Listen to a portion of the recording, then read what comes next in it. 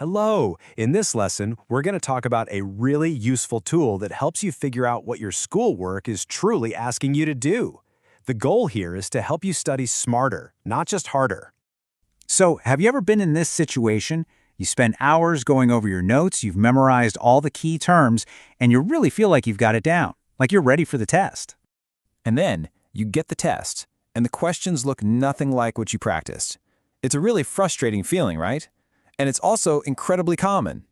Now, the first thing to know is that this doesn't mean you're not smart. It's almost always a mismatch between the way you were studying and the kind of thinking the test was actually asking for.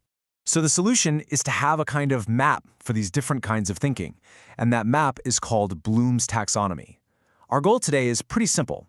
By the end of this, you'll be able to look at any assignment and ask, okay, what kind of thinking is this really asking me to do?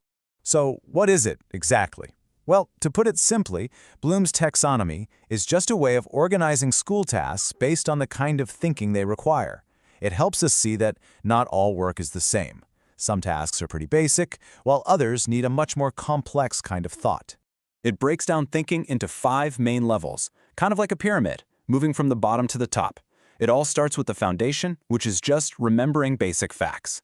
The next level up is understanding, being able to explain the ideas. Above that, we have applying, which is where you actually use what you know.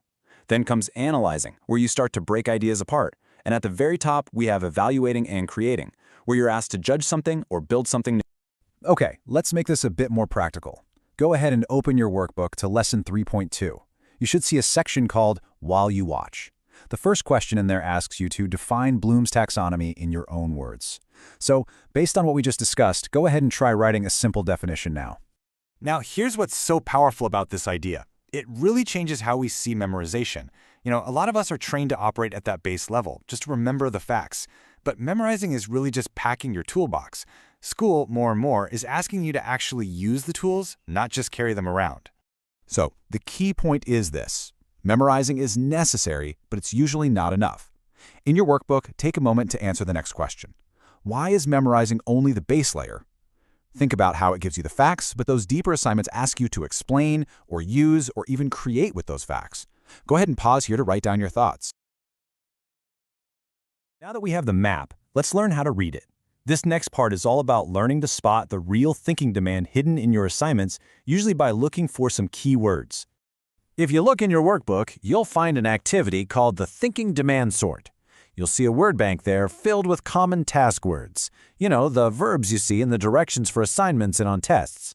And your goal here is to try and sort these words into the 5 thinking categories. Now, you don't have to be perfect. The whole idea is just to start noticing that different verbs are clues for different thinking demands. For example, words like define or list, those are usually asking you to remember. If you see explain or summarize, that's about understanding. Solve or use means you probably need to apply something. And you'll see words like compare, which points to analyzing, while something like justify or design is way up at that top evaluate and create level. So take a few minutes right now to try and complete that word sort. The goal is just to get comfortable seeing how the words in your assignments are clues to the kind of thinking you really need to do. Go ahead and pause here to complete that activity.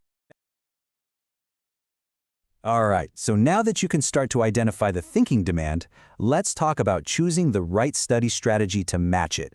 This is where we can make a huge difference in how effective our work actually is.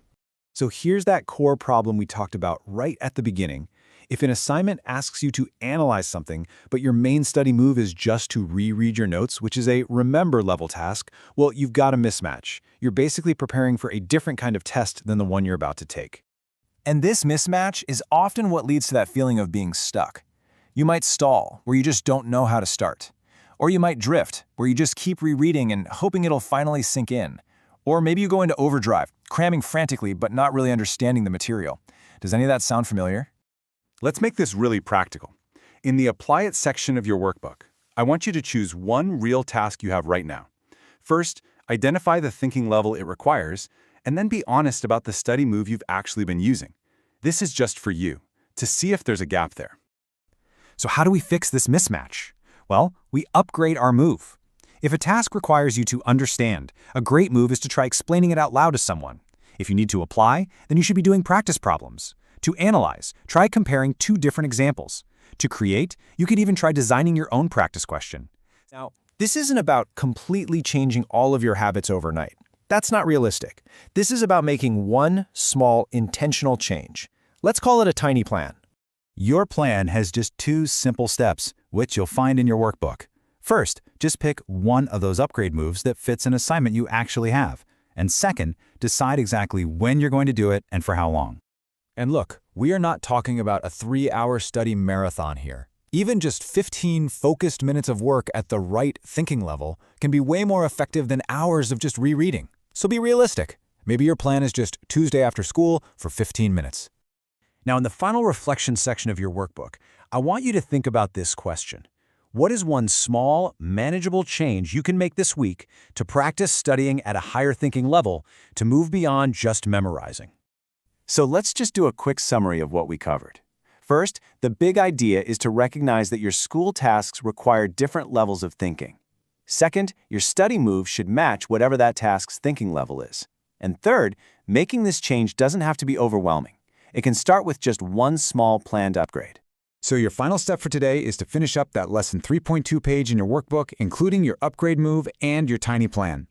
In our next lesson, we're going to explore the difference between productive struggle and unproductive struggle, so you can know when you're learning effectively and when it might be time to adjust your approach.